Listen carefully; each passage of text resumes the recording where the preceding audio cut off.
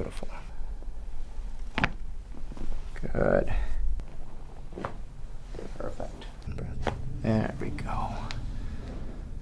Oh yeah. That's gonna be a game changer.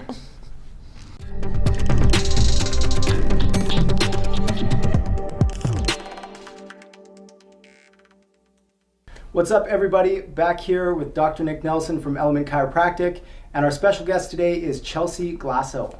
So she reached out recently, a few days ago, and she told me I'm gonna have my hands full because despite being 24, she says she has the body of an 80-year-old. Yeah. So I think this is gonna be a fun one. So I'm gonna let her tell you what's going on, and we'll get started.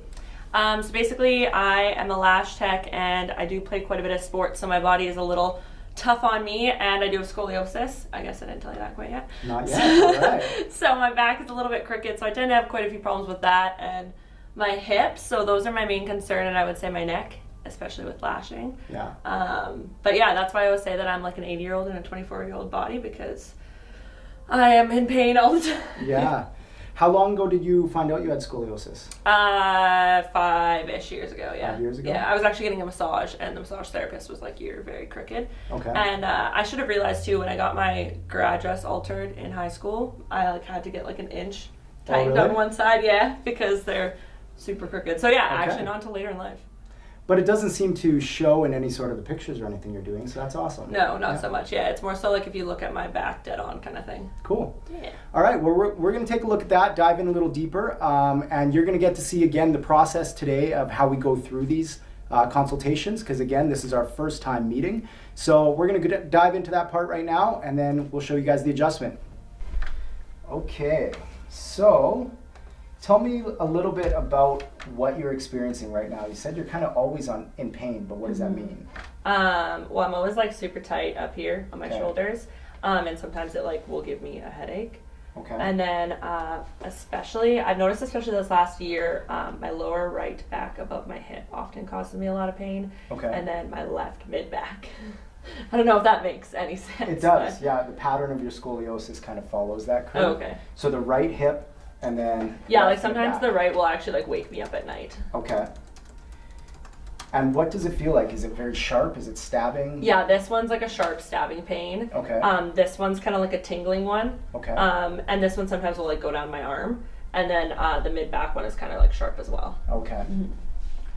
And then have any of them kind of started progressing as you've gotten older?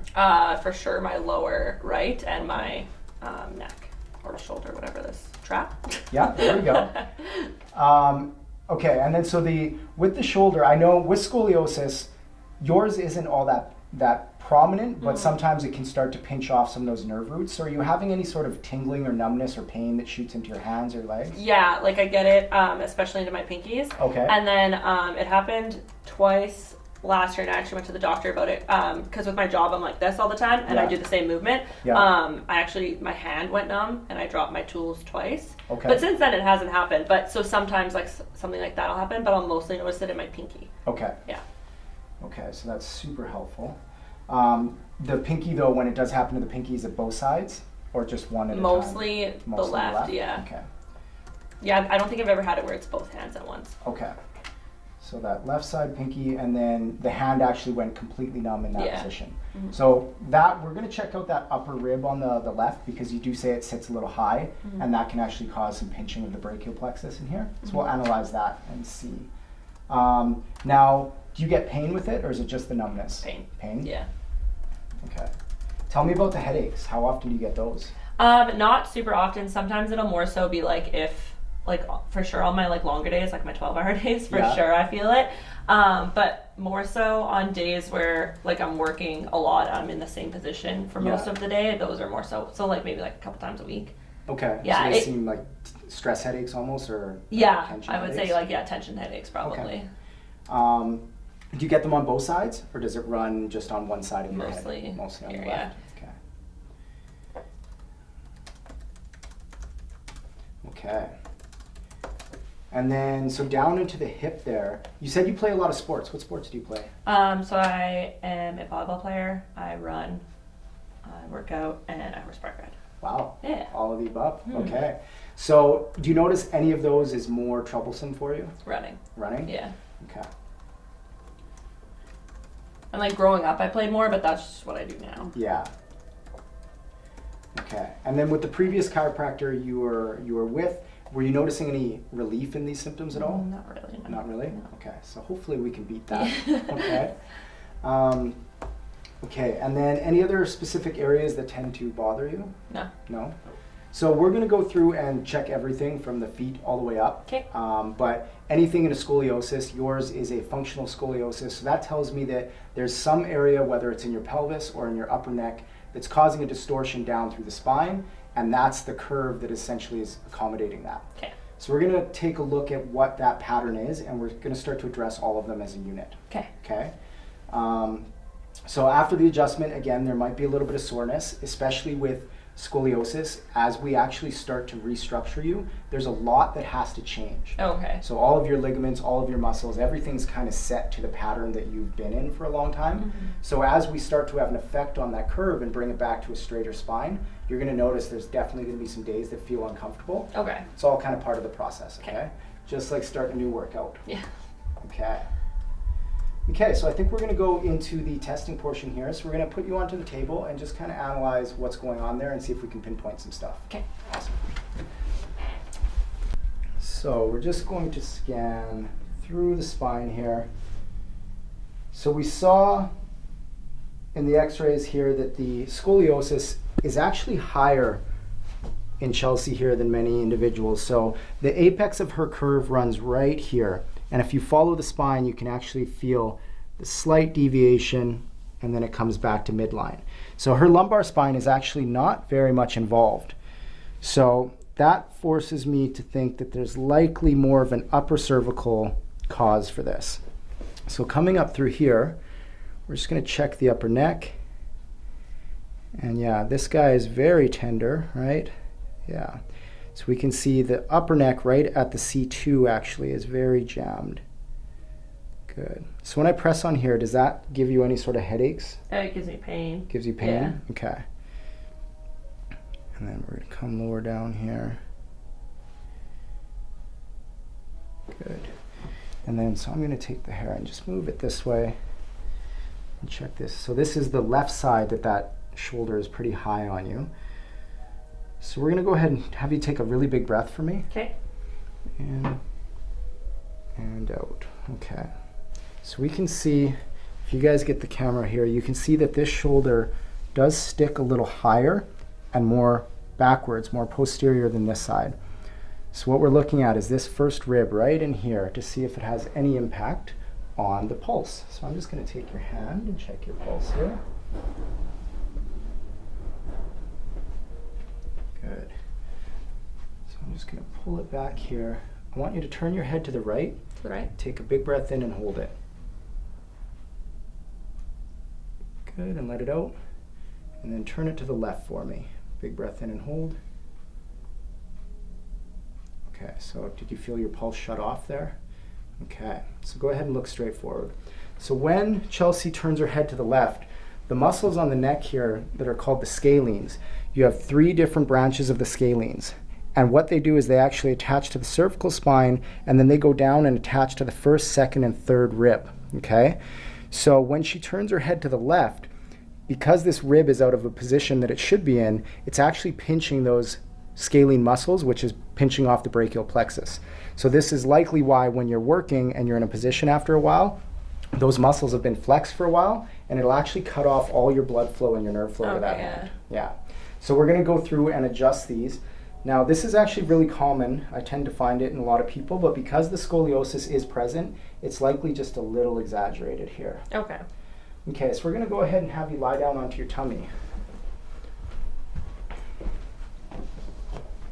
Where do you want my arms? There's a spot for them just under the face paper there. Just there you are. Perfect. Okay.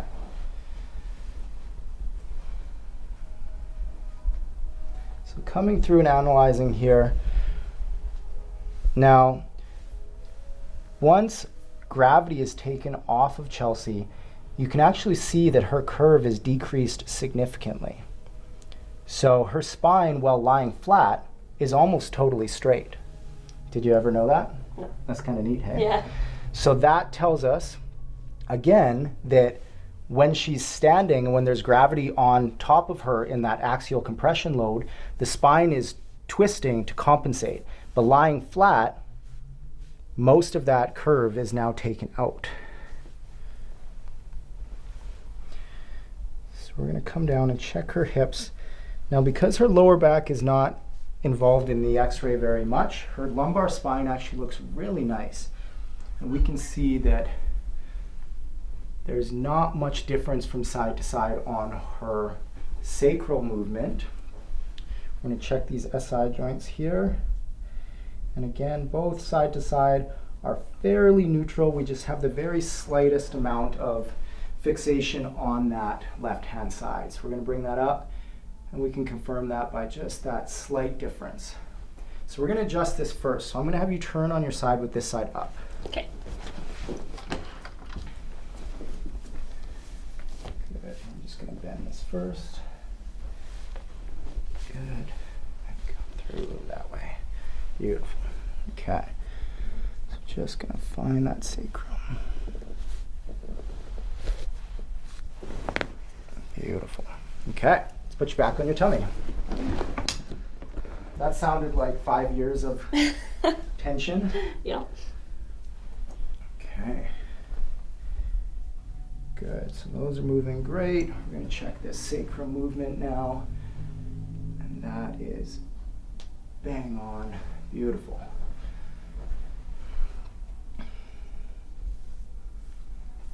So the two divots or deviations of that curve is what we're going to adjust here. First one, nice and low. Big breath in.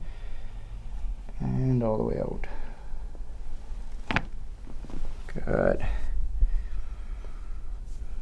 Okay. And this one here, so what I'm going to have you do is pick up your head and turn it to this way for me.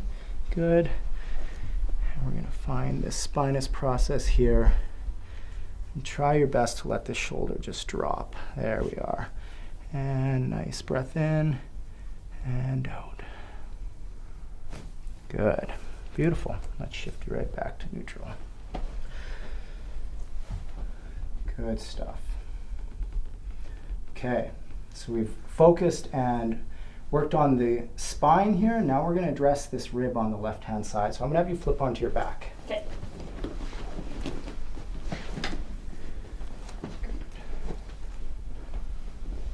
So we're going to come, just hold the top of your shoulder for Okay. me. Good. And just let that fall. Perfect. Okay. So that is the glorious sound of relief. That's down just the a head pretty on. cool sound. Yeah. So this upper neck. Now I know you said you had some problem with headaches once in a while, and it makes a lot of sense based on this here. So we're going to go through and relieve that. One breath. There we go. Oh yeah. That's going to be a game changer. Okay, we're just going to put a little bit of pull here to decompress that spine. Good.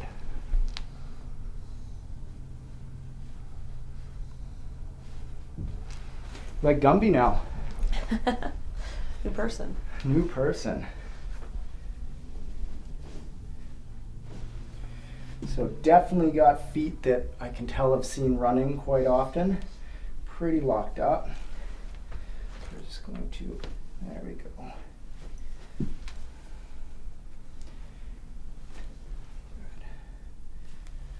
And one more release here. There we go, that's what we needed.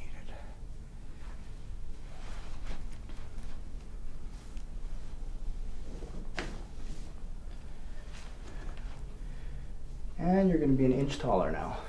Come on up. Really tall. Good, okay. So that's what it looks like to adjust somebody with scoliosis. Now it's going to look like it's probably very similar to what you're used to seeing. The difference is the way we analyze that spine is going to be very specific, and the points that we're adjusting are based on where those curve expressions are. So thanks for joining us today, and thanks Chelsea for coming in. Thank you. And we will see you next time.